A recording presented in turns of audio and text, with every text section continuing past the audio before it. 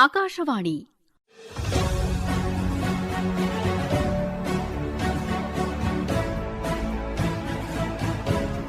ವಂದೇ ಮಾತರಂ 150ರ ಸಂಭ್ರಮ. ಆಕಾಶವಾಣಿಗೆ 90ರ ಸಂಭ್ರಮ. ಕೇಳಿ ವಿಶೇಷ ಕಾರ್ಯಕ್ರಮ ವೀರಯೋಧರು ರಕ್ಷಣಾ ಸೇವೆಯ ತಾರೆಗಳು. ಪರಿಕಲ್ಪನೆ ಹಾಗೂ ಪ್ರಸ್ತುತಿ ನೂತನ ಎಸ್ ಕದಂ. ನಿರ್ಮಾಣ ನಂದನ್ ಕುಮಾರ್ ಎಲ್ಒ. ಕಾರ್ಯಕ್ರಮದಲ್ಲಿ ಭಾಗವಹಿಸುತ್ತಿದ್ದಾರೆ ನಿವೃತ್ತ ನಾಯ್ಕ್ ನಾರಾಯಣ್ ಅವರು.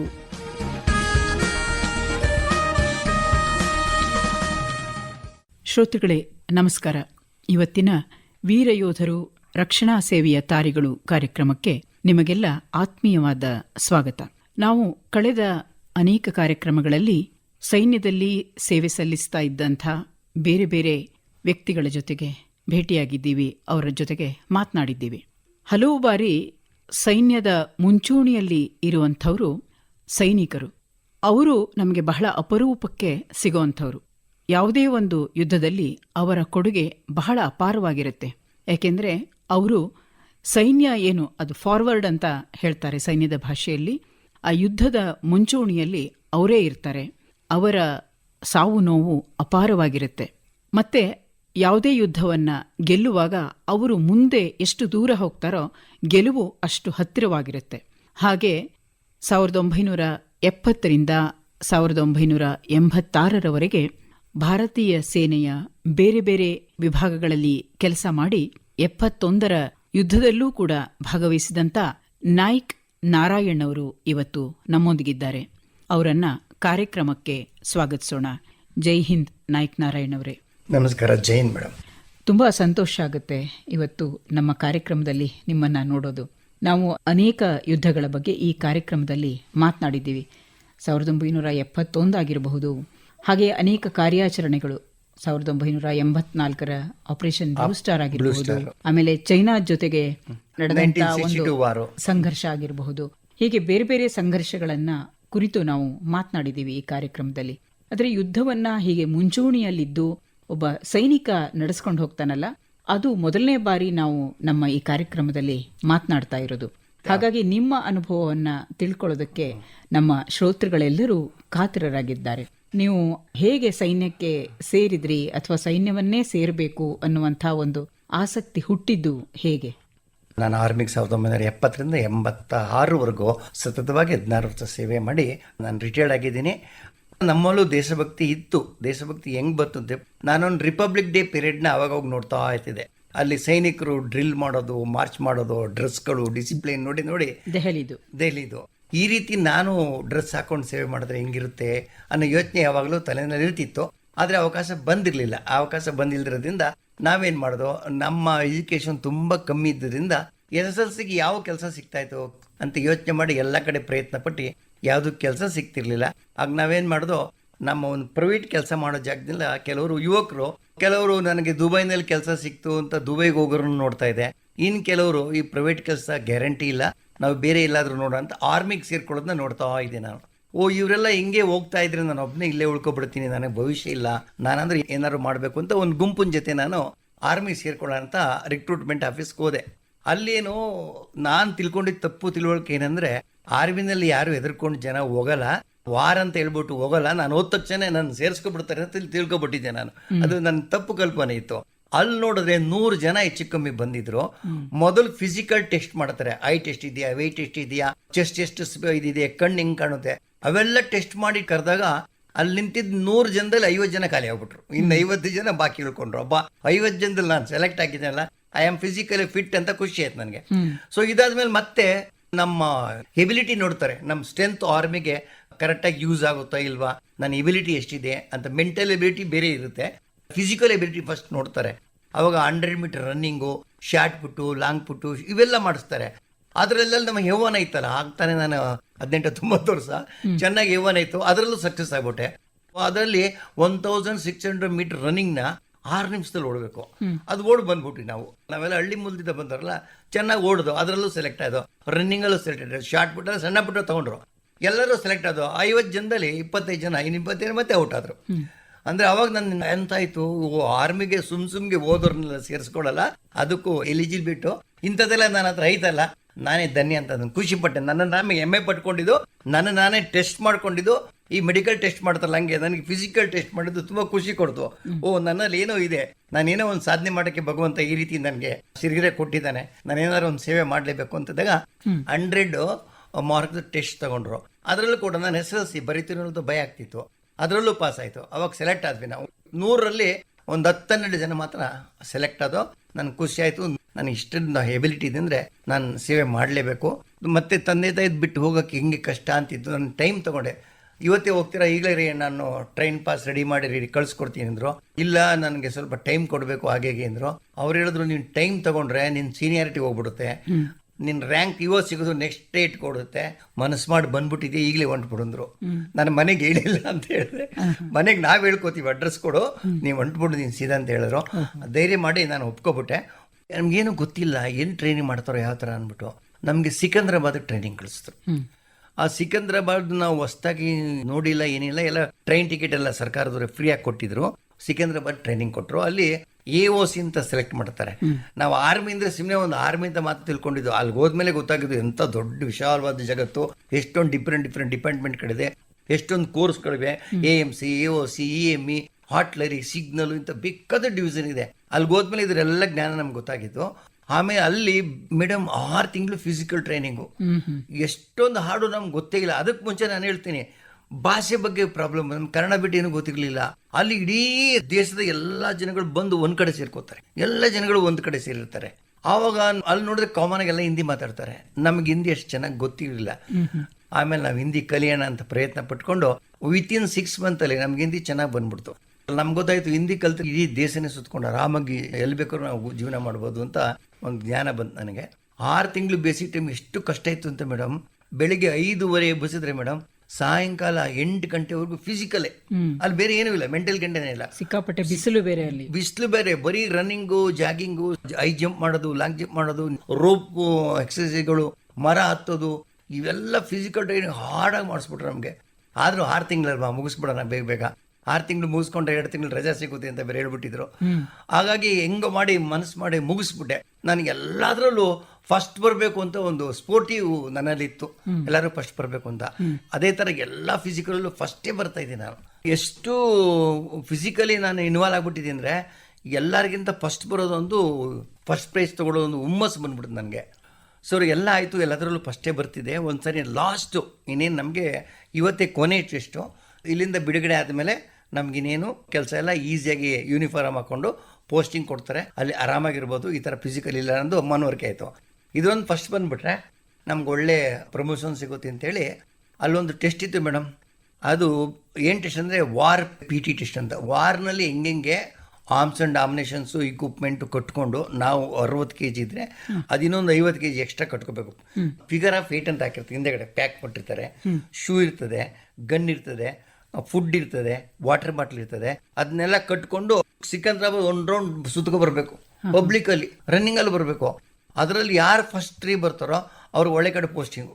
ನಾನು ಅದನ್ನು ಪಡ್ಕೋಬೇಕು ಅಂತಾನೆ ಎಲ್ಲಿಲ್ಲದ ಸಾಹಸ ಮಾಡಿ ಓಡಿ ಓಡಿ ಓಡಿ ಎಲ್ಲರನ್ನೂ ಹಿಂದೆ ಹಾಕಿ 10 ಕಿಲೋಮೀಟ್ರು ನಮ್ಮ ಸೆಂಟ್ರಿಂದ ಎಲ್ಲ ಕಡೆ ಸೋಲ್ಜರ್ ನಿಲ್ಸಿರ್ತಾರೆ, ಎಲ್ಲೂ ಶಾರ್ಟ್ ಕಟ್ ಹೊಡಿಬೇಡ್ದು ಅಂತ. ಎಲ್ಲ ಕಡೆ ಗಾಡಿ, ಜೀಪ್ಗಳೆಲ್ಲ ಇರ್ತವೆ, ಫ್ಲಾಗ್ ಇರ್ತವೆ. ಓಡಿ ಓಡಿ ಫಸ್ಟೇ ಬಂದು ಅದು ಫ್ಲಾಗ್ ಇರ್ತದೆ, ಟಚ್ ಮಾಡಿ ಕೆಳಗೆ ಬಿದ್ದುಬಿಟ್ಟೆ ಮ್ಯಾಮ್. ಫಸ್ಟ್ ಬಂದ್ಬಿಟ್ಟಿದ್ದೀನಿ, ಕೆಳಗೆ ಬಿದ್ದುಬಿಟ್ಟು ಐ ಆಮ್ ಅನ್ಕಾನ್ಸಿಯಸ್ ಹೋಗ್ಬಿಡ್ತು. ಯಾಕೆಂದರೆ ನಿಮ್ಗೆ ದಾರಿ ಮೇಲೆ ಎಲ್ಲೂ ನೀರು ಕುಡಿಯೋ ಹಾಗಿಲ್ಲ. ದಾರಿ ನೀರು ಕುಡಿಬೋದು, ನಮ್ಮ ಇಷ್ಟ ಅದು ಕುಡಿಬೋದು. ಅನ್ಕಾನ್ಸಿಯಾಗಿ ಬಿದ್ದುಬಿಟ್ಟಿದ್ದೀನಿ. ನಾನು ಕಣ್ಣು ಬಿಟ್ಟು ನೋಡೋದಕ್ಕೆ ಎಲ್ಲಿದ್ದೆ ಗೊತ್ತಾ, ನಾನು ಇದ್ದಿದ್ದು ಟ್ರೈನಿಂಗ್ ತೊಗೊಂಡಿದ್ದು ಸಿಕಂದ್ರಾಬಾದು. ನಾನು ಕಣ್ಣು ಬಿಟ್ಟು ನೋಡಿದಾಗ ಕಮಾಂಡ್ ಹಾಸ್ಪಿಟಲ್ ಪುಣೆ, ಹೆಲಿಕಾಪ್ಟರ್ ತೊಗೊಂಡೋಗಿ ಅಲ್ಲಿ ಹಾಕಿರ್ತಾರೆ. ಇಲ್ಲಿ ಕಮಾಂಡ್ ಆಸ್ಪತ್ರೆ ಇಲ್ಲ, ಆರ್ಡಿನರಿ ಆಸ್ಪತ್ರೆ ಇತ್ತಿದ್ದು. ಯಾಕೆಂದರೆ ಅನ್ಕಾನ್ಸಿಯಸ್ ಆದಾಗ ಇಷ್ಟೊತ್ತು ಕಾನ್ಸಿಯಸ್ ಬರಲೇ ಇಲ್ವಂತೆ ನಾನು. ಅದಕ್ಕೆ ಇಲ್ಲಾಗಲ್ಲ ಅಂತ ಹೆಲಿಕಾಪ್ಟ್ರಿಂದ ಪೂನಾಗೆ ತೊಗೊಂಡೋಗ್ಬಿಟ್ಟು ಅಲ್ಲಿ ಟ್ರೀಟ್ ಮಾಡಿದಾಗ ನನಗೆ ಮಲೇರಿಯಾ ಅಟ್ಯಾಕ್ ಆಗ್ಬಿಟ್ಟಿತ್ತು. ಮತ್ತೆ ಟ್ರೀಟ್ ಮಾಡಿ ನಾನು ವಾಪಸ್ ಕಳ್ಸೋದಕ್ಕೆ 3 ತಿಂಗಳು ನಾನು ಪುಣೆದಲ್ಲೇ ಇದೆ. ಮತ್ತೆ ವಾಪಸ್ ಸಿಕಂದ್ರಾಬಾದಿಂದ ನೆಕ್ಸ್ಟ್ ಟ್ರೈನಿಂಗ್ಗೆ ಜಬಲ್ಪುರ್ಗೆ ಕಳಿಸಿದ್ರು. ಈಗ ನೀವು ಸಿಕಂದ್ರಾಬಾದಲ್ಲಿ 6 ತಿಂಗಳ ಟ್ರೈನಿಂಗ್ ಮುಗ್ದೋಗಿತ್ತು. ಕೊನೆಯಲ್ಲಿ ಹಾಗಾಗಿತ್ತು. ಕೊನೆಯಲ್ಲಾಗ ಟೆಸ್ಟ್ ಪಾಸ್ ಆಯ್ತಲ್ಲ, ಕೊನೆ ಟೆಸ್ಟ್ ಮುಗ್ದು ಇನ್ನು ಮೊದಲು ಏನು ಟ್ರೈನಿಂಗ್ ತಗೊಂಡು ಅಂದ್ರೆ ಮತ್ತೆ ಎಕ್ಸ್ಟೆಂಡ್ ಆಗ್ತಿತ್ತು ಎಲ್ಲ. ಫೈನಲ್ ಟೆಸ್ಟ್ ಎಲ್ಲ ಹಂಗೆ ಆಗೋಗಿತ್ತು ಸರ್. ಅವ್ರೇನು ಮಾಡಲಿಲ್ಲ, ಸ್ವಲ್ಪ ಹೆಲ್ತ್ ಸರ್ ಮಾಡಿಕೊಂಡು ಸಿಕಂದ್ರಾಬಾದಿಂದ ನಮ್ಮದು AOC ಸ್ಕೂಲ್ ಆ್ಯಂಡ್ ಕಾಲೇಜ್ ಅಂತ ಇದೆ. ಫಿಸಿಕಲ್ ಮುಗ್ದಾಯ್ತು, ಥಿಯರಿ ಕ್ಲಾಸು ಒಬ್ಬೊಬ್ಬರಿಗೆ ಒಂದೊಂದು ಟ್ರೇಡ್ ಕೊಟ್ಟಿದ್ದಾರೆ. Clerk, mechanical engineer, store keeper technician ಅಂತ ಹಿಂಗೆ ಕೊಟ್ಟಿರ್ತಾರೆ. ನಾನು ಸ್ಟೋರ್ ಕೀಪರ್ ಟೆಕ್ನಿಷಿಯನ್ಸು. ನನಗೆ ಅಲ್ಲಿ 1 ಇಯರು ಇದು ಟ್ರೈನಿಂಗು, 1 ಇಯರ್ ಟ್ರೈನಿಂಗ್ ಕೊಟ್ಟಿದ್ರು ನನಗೆ. 1 ಇಯರ್ ಟ್ರೈನಿಂಗ್ನಲ್ಲಿ ಅಲ್ಲಿ ಬೇರೆ ಬೇರೆ ನನಗಿಂತ ಮುಂಚೆ ಹೋಗಿದ್ದು ಬ್ಯಾಚ್ ಇತ್ತಲ್ಲ, ನನ್ನ ಬ್ಯಾಚ್ ಟ್ರೈನಿಂಗ್ ಮಾಡಿದ್ದು, ಅವರಿಗೆಲ್ಲ ಸ್ಟೋರ್ ಕೀಪರ್ ಟೆಕ್ನಿಕಲ್ ಸಿಕ್ಕಿತ್ತು, ನನಗೆ ಸಿಕ್ಕಲಿಲ್ಲ. ನನಗೆ ಆಮಿನೇಷನ್ ಟೆಕ್ನಿಷಿಯನ್ ಸಿಕ್ಬಿಟ್ಟಿತ್ತು. ಆರ್ಮ್ಸ್ ಆ್ಯಂಡ್ ಆಮಿನೇಷನ್ ಇರ್ತದಲ್ಲ, ಅದನ್ನ ಡೆಟನೇಟರ್ ತುಂಬೋದು, ಲಾಕ್ ಮಾಡೋದು, ಅದಕ್ಕೆ ರ್ಯಾಂಕ್ ಜಾಸ್ತಿ. ನಮಗೆ ಬ್ಲಾಸ್ಟ್ ಆಗೋ ಹಾಗೆ ನೋಡ್ಕೋಬೇಕು. ಮತ್ತೆ ಆಮಿನೇಷನ್ ಎಲ್ಲಿ ದಂಪಿದೆಯೋ ಅಲ್ಲಿ ನಾವು ಕೆಲಸ ಮಾಡಬೇಕು. ಆಮೇಲೆ ಆಮಿನೇಷನ್ ತುಂಬಕ್ಕೆ ಆರ್ಡಿನರಿ ಜಾಗದಲ್ಲಿ ತುಂಬಕ್ಕಿಲ್ಲ, ಒಂದು ಸಪ್ರೇಟ್ ಒಂದು ಜಾಗ ಮಾಡಿರ್ತಾರೆ. ಒಬ್ಬರೇ ಹೋಗ್ಬೇಕು, ಫಿಲ್ ಮಾಡಬೇಕು, ಲಾಕ್ ಮಾಡ್ಕೋಬೇಕು, ವಾಪಸ್ ಬರಬೇಕು. ನಾನು ಕಮಾಂಡರ್ಗಳ ಹತ್ರ ಹೋಗಿ, ಸರ್ ನನಗೆ ಈ ಟ್ರೇಡ್ ಬೇಡ, ನನಗೆ ಮೊದಲು ನನ್ನ ಬ್ಯಾಚ್ ಇದನ್ನೆಲ್ಲ ಆ ಬ್ಯಾಚ್ಗೆ ಕಳಿಸಿ, ನನ್ನ ಬ್ಯಾಚ್ಗೆ ಕಳಿಸಿ ಕೇಳಿದೆ. ನಾನು ಅಪ್ಲಿಕೇಶನ್ ಅಲ್ಲಿ ಆರ್ಮಿನಲ್ಲಿ ಡೈರೆಕ್ಟಾಗಿ ಕೇಳಂಗಿಲ್ಲ. ಅಪ್ಲಿಕೇಶನ್ ತಗೊಂಡು ಥ್ರೂ ಪ್ರಾಪರ್ಚನ್ 3-4 ಚಾನಲ್ ಇರ್ತಾರೆ, ಅವ್ರು ತಗೊಂಡೋಗಿ ತಗೊಳ್ಬೇಕು. 3 ಸಾರಿ ಆಯಿತು. 3ನೇ ಸಾರಿ ನಾನು ಅರ್ಜಿ ಬರೆದೆ, ಸರ್ ನನಗೆ ಮಾಡಂಗಿದೆ ನನ್ನ ಬ್ಯಾಚಿಂದ ಆಮಿನೇಷನ್ ಟೆಕ್ನಿಷಿಯನ್ ಬಿಟ್ಟು ನನ್ನ ಬ್ಯಾಚು ಮೆಕ್ಯಾನಿಕಲ್ ಟೆಕ್ನಿಕ್ MT ಅಂತಾರೆ, ಮೆಕ್ಯಾನಿಕಲ್ ಟೆಕ್ನಿಕ್ ಕೊಟ್ಟರೆ ನಾನು ಇರ್ತೀನಿ, ನಾನು ಡಿಸ್ಚಾರ್ಜ್ ಕೊಟ್ಬಿಟ್ಟು ಅಂತ ಕೂತ್ಕೊಂಡೆ. ಅವರು ಇವನ್ಗೆ ಅದರಲ್ಲಿ ಇಂಟ್ರೆಸ್ಟ್ ಇದೆ, ಆಗ ಮನವರಿಕೆ ಆಯಿತು. ಇದರಲ್ಲಿ ಇಂಟ್ರೆಸ್ಟ್ ಇಲ್ಲ, ಬಟ್ ಸರ್ವಿಸ್ ಮಾಡೋಕ್ಕೆ ಇಂಟ್ರೆಸ್ಟ್ ಇದೆ, ಕೊಟ್ಬಿಡಿ ಅವನಿಗೆ ಅಂದರು. ಕೊಟ್ಟರು. ನನ್ನ ಬ್ಯಾಚ್ ಸಿಕಂದ್ರಾಬಾದ್ ಬಂದಿದ್ದ ಬ್ಯಾಚ್ಗೆ ಮತ್ತೆ ಸೇರಿಕೊಂಡೆ. ಅಲ್ಲಿಂದ ಟ್ರೈನಿಂಗ್ ಶುರುವಾಯಿತು, ಮೆಕ್ಯಾನಿಕಲ್ ಟ್ರೈನಿಂಗ್ ಆಗಿ ಸಕ್ಸಸ್ಫುಲ್ ಆಗಿ ನಾನೇ ಕ್ಲಾಸ್ಗೆ ಫಸ್ಟ್ ಬಂದೆ. ನಾನೇ ಆ ಕ್ಲಾಸ್ಗೆ ಲೀಡರು, ಮಿಸ್ ಆಗಿತ್ತಲ್ಲ, ನಾನೇ ಆ ಕ್ಲಾಸ್ಗೆ ಲೀಡ್ ಮಾಡಿ ಸಕ್ಸಸ್ಫುಲ್ ಆಗಿ ಟ್ರೈನ್ನ ಮುಗಿಸ್ಕೊಂಡು ಫೈನಲ್ ಆಗಿ ನಮಗೆ ಒಂದು ಪೋಸ್ಟಿಂಗ್ ಬಂತು. ಅಲ್ಲಿ 2 ಚಾಯ್ಸ್ ಇದೆ. ನಾನಲ್ಲಿ ಫಸ್ಟ್ ಬಂದಿದ್ದಕ್ಕೆ ಒಂದು ಚಾಯ್ಸು ಹೋಮ್ ಪೋಸ್ಟಿಂಗ್ ಬರಬೇಕಾಗಿತ್ತು, ಬಟ್ ಇನ್ಸಿಡೆಂಟ್ ಆಗಿಬಿಟ್ಟು ಇದಾಯಿತು, ನನಗೆ ಹೋಮ್ ಪೋಸ್ಟಿಂಗ್ ಸಿಕ್ಕಲಿಲ್ಲ. ನಮ್ಮ ನಿಯರೆಸ್ಟ್ ಅಕ್ಕಪಕ್ಕ ಸಿಕ್ಕರೆ ನಮ್ಮ ತಂದೆ ತಾವಾಗ ಹೋಗಿ ನೋಡ್ಕೋಬೋದು ಅಂತ ನನ್ನ ಆಸೆ ಆ ಥರ ಇತ್ತು. ಬಟ್ ಅಲ್ಲಿ ಹಂಗಾಗಲಿಲ್ಲ. ನನಗೆ ಎಕ್ದಮ್ ತೆಗೆದು ಪಾಕಿಸ್ತಾನ್ ಬಾರ್ಡ್ರು, ಅಂಬಾಲಾ ಕ್ಯಾಂಟ್ ಅಂತ ಐತೆ ಹರಿಯಾಣದಲ್ಲಿ, ಅಲ್ಲಿ ಟೆಂಪ್ರರಿ ಅಷ್ಟೇ. ಅಲ್ಲಿಂದ ಎವ್ರಿ 3 ಮಂತ್ ನಾವು ಪಾಕಿಸ್ತಾನ ಮೂವ್ ಮಾಡಬೇಕು. ಪಾಕಿಸ್ತಾನ ಹತ್ರ ಅದು ಸೂರತ್ಗಢ ಅಂತ ಒಂದೈತೆ, ಅದರ ಪಕ್ಕ ಗಂಗಾನಗರ ಅಂತ ಐತೆ, ಅದೇ ಬಾರ್ಡರ್, ರಾಜಸ್ಥಾನ್ ಪಾಕಿಸ್ತಾನ್ ಬಾರ್ಡರ್ ಅದು. ಅಲ್ಲಿ ನಂಗೆ ಡ್ಯೂಟಿ ಹಾಕ್ಬಿಟ್ರು. ಅಲ್ಲಿ ಏನಂದರೆ ಒಂದು 3 ತಿಂಗಳು ಬೇಸಲ್ಲಿ ಇದು ಪ್ರಿಪೇರ್ ಆಗಬೇಕು, 4ನೇ ತಿಂಗಳು ಗಾಡಿ ತೊಗೊಂಡು ಬಾರ್ಡರ್ಗೆ ಹೋಗ್ಬೇಕು. ಅಲ್ಲಿ ವಾರ ಪ್ರಾಕ್ಟೀಸ್, ನಥಿಂಗ್ ಬಟ್ ವಾರೇ. ಇಲ್ಲಿಂದ ಒಳ್ಳೆ ಅಕಾಮಿಡೇಷನ್ ಇರ್ತೀವಿ, ಅಲ್ಲಿ ಹೋಗಿ ಟೆಂಟ್ ಹಾಕೊಳ್ಳೋದು, ಟೆಂಟ್ ಹಾಕಿ ಒಳಗಡೆ ಕೂತ್ಕೊಳ್ಳೋದು, ಬಂಕರ್ 4 ಜನ ಕೂತ್ಕೋಬಹುದು. ಅದ್ರ ಕಾಮನ್ ಪ್ಲೇಜಿಂಗ್ ಆಗಿ ಆ ಕಾಡನ್ ಥರನೇ ಮರಳಿನ ಥರನೇ ನೆಲದ ಕೆಳಗಿರುತ್ತೆ. ಆಮೇಲೆ ಇವಾಗ ಕಾಡಾದ್ರೆ ಹಸಿರು ಪದೇ ಒತ್ತಿಸುತ್ತಾರೆ. ಅಲ್ಲಿರೋ ರಾಜಸ್ಥಾನ್ ಮರಳು ಕಾಕಿದ್ನ ಹಾಕಿ ಮುಚ್ಚಿರ್ತಾರೆ. ನಮ್ಮ ಆಕ್ಟಿವಿಟೀಸ್ ಯಾರಿಗೂ ಶತ್ರುಗಳು ಕಾಣಬಾರ್ದು, ಯಾರಿಗೂ ಒಂದು ಲೈಟ್ ಕೂಡ ಹಚ್ಚಂಗಿರಲಿಲ್ಲ. ನಾವು ಒಂದು ಶಾರ್ಪ್ ಒಂದು ಸಣ್ಣ ದೀಪ ಕೂಡ ಹಚ್ಚಂಗಿರಲಿಲ್ಲ, ಹಚ್ಚಿದ್ರೆ ಪನಿಷ್ಮೆಂಟ್ ಬೀಳೋದು. ಹಂಗೆ ಕತ್ಲಲ್ಲಿ ಜೀವನ ಮಾಡ್ಬೇಕು. ಹೆಂಗಿರ್ಬೋದು ಮೇಡಮ್ ಅವ್ರ ಜೀವನ? ಅಂತ ಒಂದು ವಾರನ ಕಲ್ತ್ಕೊಳ್ಳೋದನ್ನ ನಮಗೆ 71 ಮುಂಚೆನೆ ಕಲಿಸ್ಬಿಟ್ರು. ಮಿನಿ ವಾರದು. ವಾರಲ್ಲಿ ಹೆಂಗೆ ನಡೀತದೋ ಹಂಗೆ ರಾತ್ರಿ ಹೊತ್ತು ಫುಲ್ ಹಾಕ್ಬಿಟ್ಟು 6 ಗಂಟೆ ಮುಂಚೆ ಊಟ ಮಾಡ್ಕೊಬಿಡ್ಬೇಕು. 6 ಗಂಟೆ ಆದಮೇಲೆ ಒಂದು ದೀಪನೂ ಕಾಣಂಗಿಲ್ಲ. ಟೆಂಟಲ್ಲೂ ಅಷ್ಟೇ, ಟೆಂಟಲ್ಲೂ ಲ್ಯಾಟಿನ್ ಹಚ್ಚಿದ್ರು ಅಬ್ಜೆಕ್ಷನ್ ಮಾಡೋರು. ಎಮರ್ಜೆನ್ಸಿಗೆ ಲ್ಯಾಟಿನ್ ಇತ್ತು. ಅಂದ್ರೆ ಆ ಕಡೆ ಪಾಕಿಸ್ತಾನ ಕಡೆಯಿಂದ ಯುದ್ಧದ ಸನ್ನಿವೇಶ ಇತ್ತು ಅಥವಾ ಇದೆಲ್ಲ ಎಕ್ಸರ್ಸೈಸ್? ಅದು ಯುದ್ಧಕ್ಕೆ ಮುಂಚೆ ತಯಾರಿ. ನಾವು ಸುಮ್ಮನೆ ಕೂತ್ಕೊಳ್ಳೋಕ್ಕಿಲ್ಲ, ಯುದ್ಧ ಯಾವತ್ತೂ ಬರುತ್ತೆ. ಯುದ್ಧದ ಟ್ರೈನಿಂಗ್ ಇದು, war training, before war, how to prepare, get ready for war. ಅಂದ್ರೆ ವಾರ್ ಆಗುತ್ತೆ ಅನ್ನೋ ಒಂದು ಸನ್ನಿವೇಶ ಇತ್ತು ಅವಾಗ. ನೀವು ವಾರ್ ಇರಲಿ ಪೀಸ್ ಇರಲಿ, ಇದು ರೆಗ್ಯುಲರ್ ಇದ್ದೇ ಇರ್ತದೆ. ಆರ್ಮಿಲಿ ರೆಗ್ಯುಲರ್ ಆಗಿ ಇದ್ದೇ ಇರ್ತದೆ. 1960 ವಾರ್ನಲ್ಲಿ ಒಬ್ಬ ಅದ್ಭುತವಾದ ಸೋಲ್ಜರು, ಹೀರೋ ಮುಟ್ಟದ ರಾವತ್ ಹೇಳ್ಬಿಟ್ಟು, ನಮ್ಮ ಇಂಡಿಯನ್ ಆರ್ಮಿ ಸೋಲ್ಜರು, ಅವನು ಅಟ್ಯಾಕ್ ಮಾಡ್ತಾನೆ ತುಂಗ್ಲಾದಲ್ಲಿ, ಹಿಲ್ ಪ್ರದೇಶ, ಸಿಕ್ಕಿಂ ಜಾಗ. ಚೈನಾದವ್ರಿಗೆ ಜಾಗ ಕಮ್ಮಿ, ಸ್ಟ್ರೆಂತ್ ಅವ್ರದ್ದೆಲ್ಲ ಸಿಕ್ಕಾಪಟ್ಟೆ. ಅಷ್ಟರೊಳಗೆ ಸಿಕ್ಕಿಂ ಅಕ್ವೈರಿ ಮಾಡ್ಕೊಡೋಣ ಅಂತ ಒಂದು 72,000 ಸೋಲ್ಜರ್ ಜೊತೆ ಅಟ್ಯಾಕ್ ಮಾಡ್ತಾರೆ ಭಾರತಕ್ಕೆ, ಸಿಕ್ಕಿಂ ಕಡೆಯಿಂದ. ತುಂಗ್ಲಾ ಒಂದು ಹಿಮಾಲಯ ಪರ್ವತ ಕಡೆ ತುಂಗ್ಲಾ ಅಂತ ಏನೋ ಒಂದು ಜಾಗ ಇರ್ತದೆ. ಆವಾಗ ನಮ್ಮ ಸೋಲ್ಜರ್ ರಿಸರ್ವ್ ಇಟ್ಟಿರ್ತಾರಲ್ಲ ಕಾಯ್ಲಿಕ್ಕೋಸ್ಕರ, ಸ್ವಲ್ಪನೇ ಜನ ಏನಿದ್ದು ಎಲ್ಲರನ್ನೂ ಹೊಡೆದಾಕ್ಬಿಟ್ರು. ಆಮ್ಸನ್ ಎಲ್ಲ ಬಿಸಾಕ್ಬಿಟ್ಟು ಎಲ್ಲ ಹೊಡೆದಾಕ್ಬಿಟ್ರು.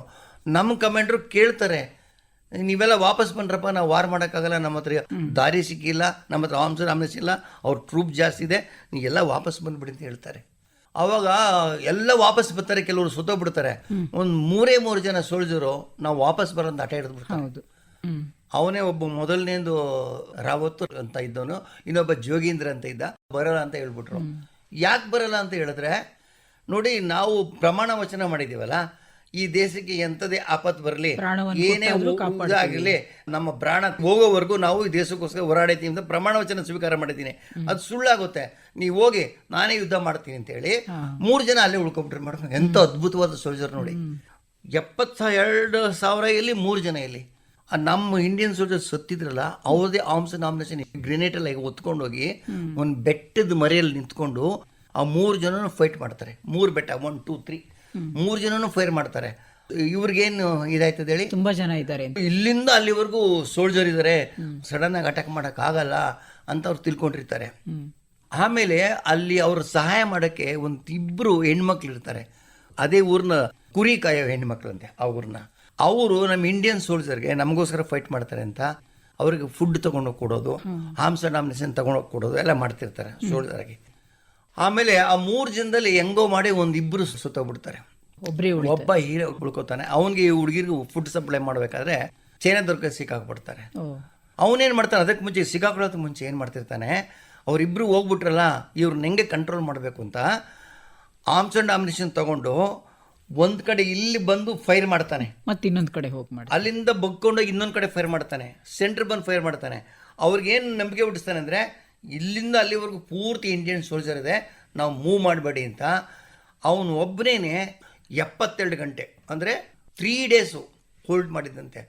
ಇಂಥ ಒಂದು ಸಿಚುವೇಶನ್ನು ಇಡೀ ಇಂಡಿಯನ್ ಅಲ್ಲ, ಇಡೀ ವರ್ಲ್ಡ್ನಲ್ಲೇ ಒಬ್ಬ ಸೋಲ್ಜರು ಇಷ್ಟ ಸೋಲ್ಜರ್ನ ತಡೆ ಹಿಡಿದು ರೆಕಾರ್ಡೇ ಇಲ್ವಂತೆ. ಅಂತ ಒಬ್ಬ ವೀರ ಯೋಧ ನಮ್ಮ ಭಾರತೀಯ. ಅದಕ್ಕೆ ನಾವು ಹೆಮ್ಮೆ ಪಡ್ಕೋದು. ಅವ್ನ ಕತೆ ಕೇಳ್ಕೊಂಡು ನಮ್ಗೆ ಖುಷಿ ಆಗುತ್ತೆ. ಆ ಥರ ಒಬ್ಬ ಮಾಡಿದ್ದ ಅವನು ಅಂಥವನು. ಆಮೇಲೆ ಈ ಹುಡುಗಿರು ಸಿಕ್ಕಾಕೊಂಬಿಟ್ರಲ್ಲ ಹೆಣ್ಮಕ್ಳು, ಅವ್ರಿಗೆ ಇಂಟ್ರೋಗೇಷನ್ ಮಾಡ್ತಾರಪ್ಪ, ಯಾಕೆ ಯಾರಲ್ಲಿ ಎಷ್ಟು ಜನ ಇದ್ದಾರೆ ನಿಮ್ಮ ಕಡೆಯವರು ಅಂತ ಕೇಳ್ತಾರೆ. ಅವರು ಸಿಕ್ಕಾಕೊಂಡ್ಮೇಲೆ ಭಯ ಪಟ್ಕೊಂಡು ಹೇಳ್ಬಿಡ್ತಾರೆ, ಒಬ್ಬನೇ ಇರೋ ಮೇಲೆ ಆಟ ಆಡಿಸ್ತಾರೆ ಅಂತ. ಅವಾಗ ಧೈರ್ಯವಾಗಿ ನುಗ್ಬಿಡ್ತಾರೆ. ನುಗ್ಬಿಟ್ಟು ಅವನು ಹೊಡೆದಾಕ್ಬಿಡ್ತಾರೆ. ಈ ಸುದ್ದಿ ಅವ್ರು ಚೈನಾ ಕಮಾಂಡರ್ ಗೊತ್ತಾಗುತ್ತೆ. ಚೈನಾ ಕಮಾಂಡರ್ ಕೇಳ್ತಾನೆ, ಈ ರೀತಿ ಒಬ್ಬ ಇಂಡಿಯನ್ ಸೋಲ್ಜರ್ ಆಟ ಆಡ್ಸೋದ್ನ ಅಂತ ಹೇಳಿ ಅವ್ನು ಹೇಳ್ತಾರೆ, ಸಾಯಿಸ್ಬಿಟ್ರಲ್ಲ, ಅವನು ಡಿಸ್ಟ್ರಾಯ್ ಮಾಡಬೇಡಿ, ಅವ್ನು ತಲೆ ಕಟ್ ಮಾಡ್ಕೊಬನ್ನಿ ಅಂತ. ತಲೆ ಕಟ್ ಮಾಡ್ಕೊಂಡು ಹೋಗಿ ಅವನೇನು ಮಾಡ್ತಾನೆ, ಅವನದನ್ನು ತಲೆನ ಗೋಲ್ಡನ್ ಆಗಿ ಮಾಡಿ ಭಾರತೀಯ ಕಳಿಸ್ತಾನಂತೆ.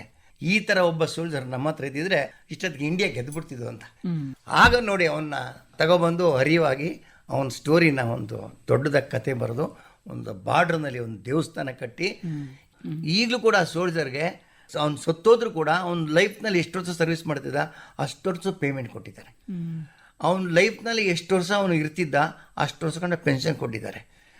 ಅದಾದಮೇಲೆ ಅವನಿಗೆ 1 ವರ್ಷಕ್ಕೊಂದ್ಸರಿ ನಮಗೆ ರಜಾ ಕೊಡ್ತಾರೆ. 2 ಮಂತ್ ರಜಾ ಕೊಟ್ಟಾಗ ಅವನಿಗೂ ಕೂಡ 2 ಮಂತ್ ರಜಾ ಕೊಟ್ಟು ಅವನ್ನ ಊರಿಗೆ ಕಳಿಸಿ ಟ್ರೈನ್ ಬುಕ್ ಮಾಡಿ 2 ತಿಂಗಳಾದ್ಮೇಲೆ ವಾಪಸ್ಸು 2 ಸೋಲ್ಜರು ಕರ್ಕೊಬರೋರಂತೆ. ಆ ರೀತಿ ಭಾರತದಲ್ಲಿ 2 ಸೋಲ್ಜರ್ ಇದ್ದಾರೆ, ರಾವತ್, ಇನ್ನೊಬ್ಬ ಜೋಗೀಂದ್ರ ಸಿಂಗ್ ಅಂತ ಪಂಜಾಬಿ. ಅವನು 1965 ಕತೆ, ಇವನು 1962. ಈ ರೀತಿ ಅದ್ಭುತವಾದ ಸೋಲ್ಜರು ನಮ್ಮ ಭಾರತದಲ್ಲಿದ್ದಾರೆ. ಇಂಥ ಸೋಲ್ಜರ್ಗಳ ಕತೆ ಎಷ್ಟು ಜನ ಪಬ್ಲಿಕ್ ಗೊತ್ತು. ಹೀಗೆ ನೀವು ಅಲ್ಲಿಗೆ ಹೋಗುವಾಗ ಈ ಎಲ್ಲ ಕತೆಗಳು ನಮ್ಗೆ ಅಲ್ಲಿ ಹಾರ್ಗಂದಿಲ್ಲ. ಈ ಸ್ಫೂರ್ತಿಗಳು, ಈ ಕತೆಗಳು, ರಿಕಾರ್ಡ್ಗಳು, ಒರಿಜಿನಲ್ ರಿಕಾರ್ಡು ಕಟ್ಟಿದ್ದ ದೇವಸ್ಥಾನಗಳು ಎಲ್ಲ ಸುತ್ಕೊಂಡ್ ಬಂದಿವಿ, ನೋಡಿದ್ದೀವಿ. ಇದನ್ನ ನೋಡ್ಕೊಂಡೆ ನಮ್ಗೊಂದು ಧೈರ್ಯ ಬಂತು, ನಾವು ಏನಾದ್ರು ಒಂದು ಹೆಸರು ಮಾಡಬೇಕು. ಹೀಗೆ ಟ್ರೈನಿಂಗ್ ನಿಮ್ಗೆ ಪಾಕಿಸ್ತಾನ ಗಡಿಯಲ್ಲಿ ಆಯ್ತು. ಅಲ್ಲಿಂದ ಮತ್ತೆ ನೀವು ಏನು ಯುದ್ಧ ಭೂಮಿಗೆ ಹೋಗ್ಬೇಕಲ್ಲ, ಅಂದ್ರೆ ಈ ಕಡೆ ತೋಂಗ್ಲಾದಲ್ಲಿ ಹೋಗ್ಬೇಕಲ್ಲ, ಅದು ಹೇಳಿ. ಅಲ್ಲಿಂದ ಪಾಕಿಸ್ತಾನದಿಂದ ಇಲ್ಲಿಗೆ ಬಂದ, ಪಾಕಿಸ್ತಾನ ಗಡಿಯಿಂದ ಈ ಸಿಕ್ಕಿಂ ಭಾಗದಲ್ಲಿದ್ದ ಗಡಿಗೆ ಬಂದ್ರಲ್ಲ, ಅದನ್ನ ಹೇಳಿ. ಇವಾಗ ನಾವು ಈಗ ಇದ್ದಾಗಲೇ ಹಿಂಗೆ ಯುದ್ಧ ಸ್ಟಾರ್ಟ್ ಆಯಿತು. 1917 ವಾರ 18 ದಿವಸ ಯುದ್ಧ ಆಗಿದ್ದು. 18 ದಿವಸ ಯುದ್ಧದಲ್ಲಿ ನಾವಿದ್ವಿ. ಆ ವಾರನ ರೋಚಕ ಕತೆ ಕೇಳಿದ್ರೆ, ಸುಮಾರು ನಮ್ಮ ಭಾರತೀಯ ಯೋಧರು ಎಷ್ಟು 1000 ಜನ ಪ್ರಾಣ ಕಳ್ಕೊಂಡ್ರು, ಕೋಟ್ಯಾಂತರ ರೂಪಾಯಿ ದುಡ್ಡೆಲ್ಲ ಖರ್ಚಾಯಿತು. ಬಾಂಗ್ಲಾಕ್ಕೆ ನಾವು ಸ್ವತಂತ್ರ ತಂದುಕೊಟ್ಟು. ಸರ್, ನೀವು ಗಂಗಾನಗರದಲ್ಲಿ ನಿಮಗೆ ಪಾಕಿಸ್ತಾನ ವಿರುದ್ಧ ಯುದ್ಧದ ಟ್ರೈನಿಂಗ್ ಆಯಿತು. ಅಲ್ಲಿಂದ ಪೋಸ್ಟಿಂಗ್ ಆಗುತ್ತೆ. ಪೋಸ್ಟಿಂಗ್ ಆಗಿದ್ದು ನಿಮಗೆ ಈ ಸಿಕ್ಕಿಂ ಗಡಿ ಭಾಗದಲ್ಲಿ ಅಲ್ವಾ? ಮೊದಲಲ್ಲಿ ಬರ್ತಿರಲ್ಲ, ಅಲ್ಲಿ ಬಂದಾಗ ಅಲ್ಲಿ ಪರಿಸ್ಥಿತಿ ಹೇಗಿತ್ತು? ಆ ಪರಿಸ್ಥಿತಿ ವಾರನ ವಾತಾವರಣನೇ. ಎಲ್ಲ ಕಡೆ ವಾರ ಆಗುತ್ತೆ ಅಂದರೆ ಎಲ್ಲ ಕಡೆ ಸೈಲೆಂಟ್ ಆಗಿಬಿಡ್ತಾರೆ, ಎಲ್ಲ ಅಲರ್ಟ್ ಆಗಿಬಿಡ್ತಾರೆ. ವಾರ್ಗೆ ಏನೇನು ಪ್ರಿಪ್ರೇಷನ್ ಬೇಕು ಎಲ್ಲ ಪ್ರಿಪೇರ್ ಮಾಡ್ಕೊಂಡಿರ್ತಾರೆ. ಅವ್ರವ್ರ ಆರ್ಮ್ಸ್ ಆ್ಯಂಡ್ ಆಮ್ನೇಷನ್ಸ್ ಎಲ್ಲ ಲೇಔಟ್ ಫಾರ್ಮೇಷನ್ ಮಾಡ್ಕೊಂಡಿರ್ತಾರೆ. ಫಾರ್ಮೇಷನ್ ಅಂದರೆ ಇನ್ಫೆಂಟ್ರಿ ಎಲ್ಲ ಫುಲ್ ಫ್ರಂಟ್ ಇರ್ತದೆ.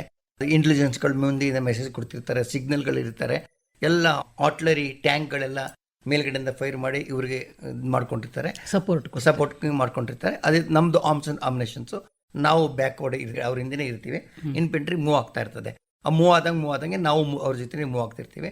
ಅವ್ರಿಗೆ ಏನೇನು ಬೇಕು ಆರ್ಮ್ಸ್ ಅಂಡ್ ಆಮ್ನೇಷನ್ಸು, ವೆಹಿಕಲ್ ಟ್ಯಾಂಕ್ಗಳು ಬಿದ್ದೋಯ್ತು, ಟ್ಯಾಂಕ್ಗಳು ಸ್ಪೇರ್ ಪಾರ್ಟ್ ಆಗೋಯ್ತು, ಅದನ್ನು ನಾವು ಸಪ್ಲೈ ಮಾಡ್ಕೊಂಡು EMI ರಿಪೇರಿ ಮಾಡ್ಕೊಂಡು ಮುಂದಕ್ಕೆ ಹೋಗ್ತಾ ಇರ್ತೀವಿ. ಈ ಪ್ರೊಸೆಸ್ ನಡೀತಾ ಇರ್ತದೆ. ಇದೆಲ್ಲ ನಿಮ್ ಕೆಲಸ.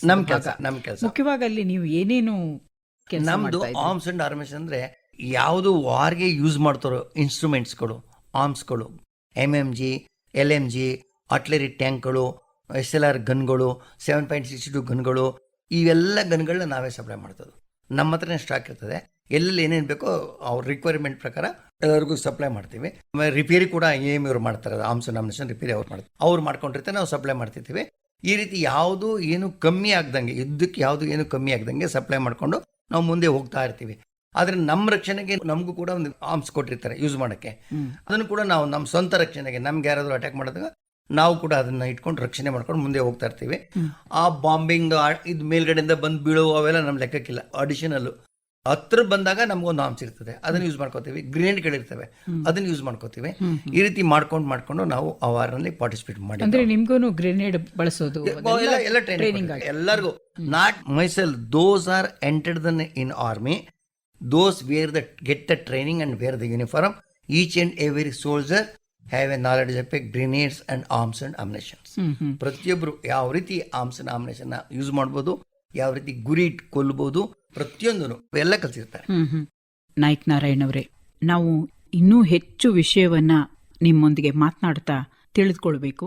ಮುಂದಿನ ವಾರ ಇದೇ ಹೊತ್ತಿಗೆ ಇನ್ನಷ್ಟು ವಿವರಗಳನ್ನ ನಮ್ಮ ಶ್ರೋತೃಗಳೊಂದಿಗೆ ಹಂಚಿಕೊಳ್ಳೋಣ.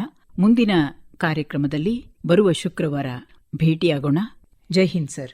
ಜೈ ಹಿಂದ್. ಧನ್ಯವಾದಗಳು ಮೇಡಮ್.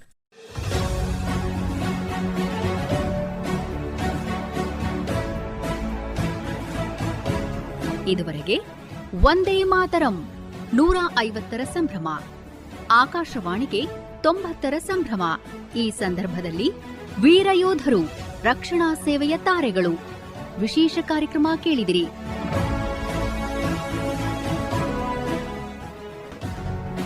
ಕಾರ್ಯಕ್ರಮದಲ್ಲಿ ಭಾಗವಹಿಸಿದ್ದವರು ನಿವೃತ್ತ ನಾಯ್ಕ್ ನಾರಾಯಣ್ ಅವರು.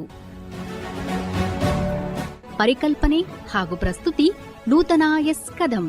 ನಿರ್ಮಾಣ ನಂದನ್ ಕುಮಾರ್ ಎಲ್ಒ. ಸಂಕಲನ ಧನರಾಜ್ ಎಸ್ ಬಿ. ಇದು ಆಕಾಶವಾಣಿ ಬೆಂಗಳೂರು ಕೇಂದ್ರದ ಕೊಡುಗೆ.